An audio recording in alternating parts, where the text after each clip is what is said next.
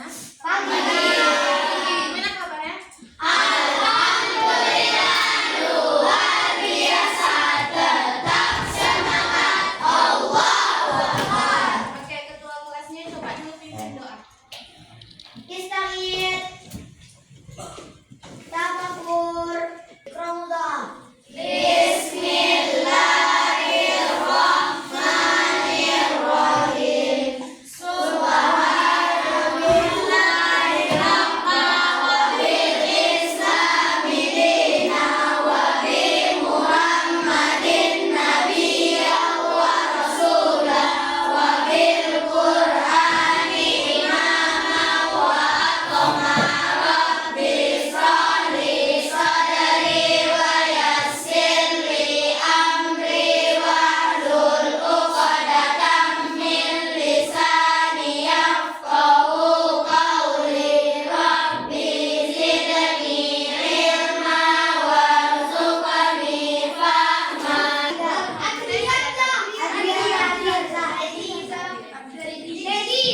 Jadi nggak ada.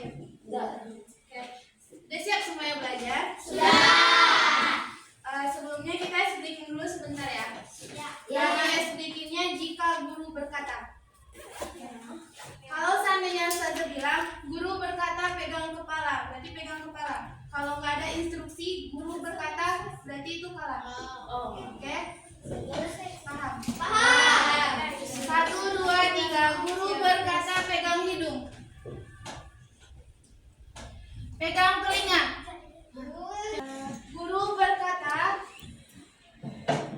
pegang lutut.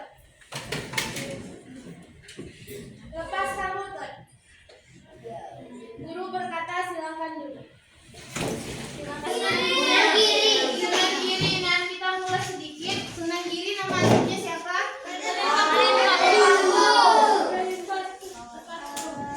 Karin Paku pernah belajar di sebuah pesantren namanya? Hari ini pembahasan kita tentang Sunan Bonang. Yang pertama ada tentang biografi Sunan Bonang, peran Sunan Bonang dan peran positif dari diri Sunan Bonang. Nah, selanjutnya itu adalah tentang tujuan pembelajaran. Tujuan pembelajaran atau bisa disebut dengan TP. TP kita adalah peserta didik dapat mengetahui apa biografi dari Sunan Bonang.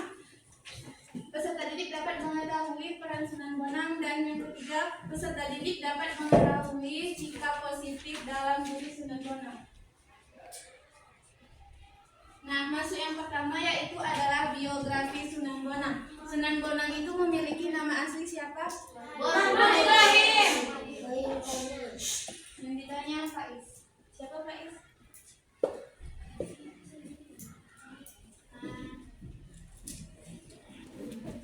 Oke, Sunan Bonang itu memiliki nama asli yaitu Mahdum Ibrahim. Ia lahir pada tahun 1465 Masehi. Ia merupakan putra keempat dari Sunan Ampel. Dengan pernikahannya di Ageng Manila, Putri Arya Tiga yang merupakan seorang bupati di Tuban.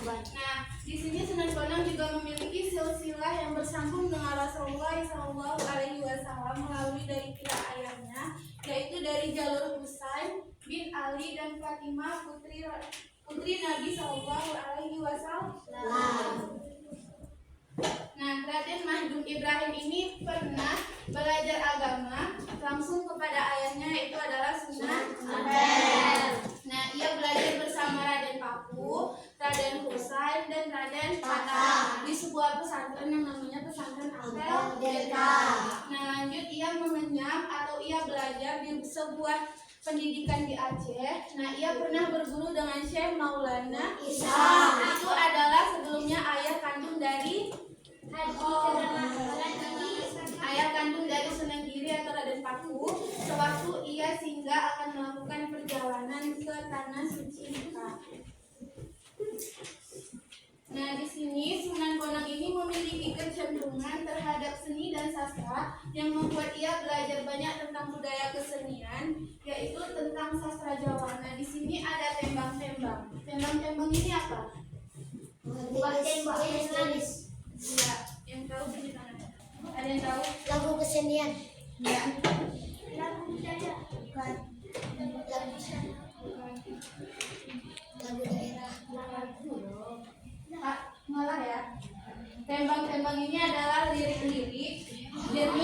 Macapai. Nah, di sini macapai itu apa? Yang tahu? Macapai itu apa? Kan ada orang berdiri di depan, terus dia megang teks apa tuh? Pidato. Ya. Sunan Bonang kan pernah mengalami sebelumnya kegagalan di Kediri. Nah, itu yang membuat dia mengantarkan dia pindah ke Demak atas panggilan Raja Demak, yaitu adalah Raden Patah. Raden Patah yang menjadikan dia atau mengangkat dia sebagai seorang imam masjid di Demak.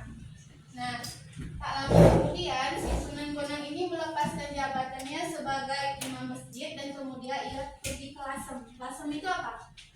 Sebuah daerah yang ada di Jawa Timur. Nah, jadi di situ tuh ia mendirikan sebuah zawiyah atau tempat yang khusus beribadah digunakan oleh para pengamal tasawuf sebagai tempat berkhawat atau menyendiri. Nah, pada usia 30 tahun, Sunan Bonang ini diangkat sebagai wali negara di Tuban untuk mengurusi berbagai hal yang menyangkut agama Islam. Nah, Sunan Bonang ini juga dikenal sebagai penyebar Islam yang menguasai ilmu fikih, ilmu tasawuf, ilmu usuluddin, seni, sastra, arsitektur, dan juga ilmu bela diri seperti silat. Nah, dengan keluasan ilmunya itu menjadikan sebuah naskah kliwon yang berisikan tentang ajaran tasawuf yang bersumber dari kitab-kitab klasik atau kitab-kitab kuning atau kitab-kitab gundul yang karangan dari ulama-ulama sufi seperti Imam Al-Ghazali, Abu Thalib Al-Makki, dan ulama-ulama lainnya. Kitab yang judulnya Ihya Ulumuddin, karangan dari Imam Al-Ghazali. Nah, ini tentang penyempurnaan hati. Oke, nanti kalau kalian masuk pesantren kalian tahu. Di dalamnya tulisan Arab. Iya. Ini di dalamnya ada tentang huruf Arab gundul. Jadi nanti kalau mau bacanya tuh didobit baru diartikan. Ia meninggal pada tahun 1525 Masehi, dimakamkan di Tuban di sebelah alun-alun Kota Tuban. Ini ada gambaran dari makam Sunan Bonang. Ini dari penampakan luarnya. Nah, ini penampakan dalamnya. Kalau misalnya ada yang nanya, Zah, kenapa kalau makamnya itu ada kain putih? Karena itu merupakan kesucian. Kalau rata-rata makam di Jawa itu kebanyakan kayak gini. Alat musik bonang atau yang di bawahnya selalu digunakan untuk mengiringi pertunjukan wayang. Alat itu juga digunakan untuk aparat desa atau pemerintahan desa memanggil masyarakat sekitar untuk menyampaikan informasi. Paham? Paham. Ada yang mau ditanyakan? Ya. Yang kedua yaitu Sunan Bonang itu memasukkan nilai-nilai keislaman pada tradisi Jawa, yaitu dengan mengenal ritual Pancamakara. Pernah dengar nggak? Ya. Nah, jadi itu adalah sebuah ajaran dari Tatrayana, yaitu sebuah upacara yang dilakukan dengan duduk mengelilingi makanan, dan di tengah-tengahnya itu ada seorang imam sebagai pemimpin yang membacakan mantra-mantra. Pernah lihat nggak? Enggak. Nah, ini biasanya tuh dilakukan dengan sekte yang melakukan sekte itu kayak aliran Hantu.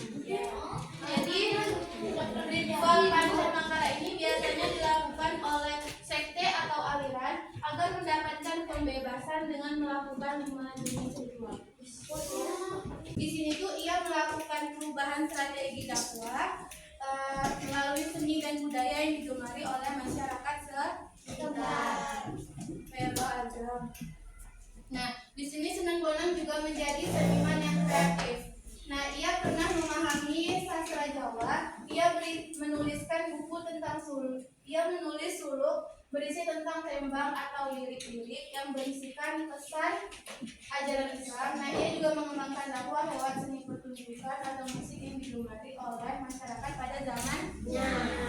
Nah, yang ketiga yaitu adalah sikap positif dalam diri Sunan Bonang. Yang pertama, Sunan Bonang ini adalah seorang penyebar agama Islam yang gigih dan juga ulet. Nah, sebelumnya kan ia pernah mengalami kegagalan Nah, itu membuat dia untuk melakukan perubahan strategi dakwah melalui seni budaya yang digemari oleh masyarakat, yaitu ia dengan menggunakan pertunjukan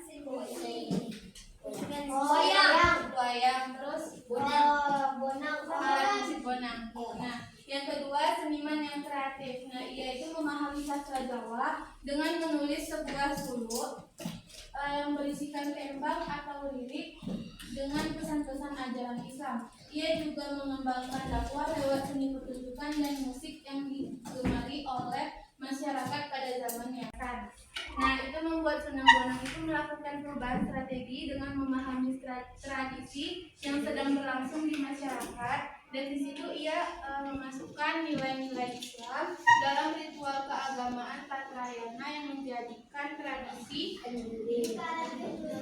lingkaran atau yang disebut dengan kenduri yang diisi dengan pembacaan zikir dan doa. Nah, dari sini apa ada yang mau bertanya?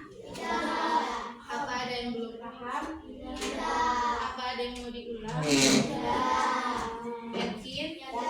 Serius? Dari garis keturunan siapa si Sunan Bonang ini tersambung dengan Rasulullah? Kayak mana tuh ceritanya?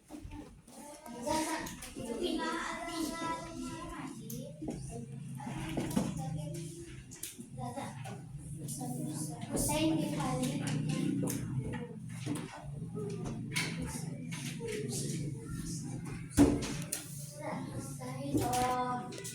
Sunan Bonang mempunyai tadi kekeluargaan yang bersaudari ayahnya itu adalah saudara Sunan Ampel yang bergaris keturunan dengan Fatimah Al-Zahra, putri dari Muhammad.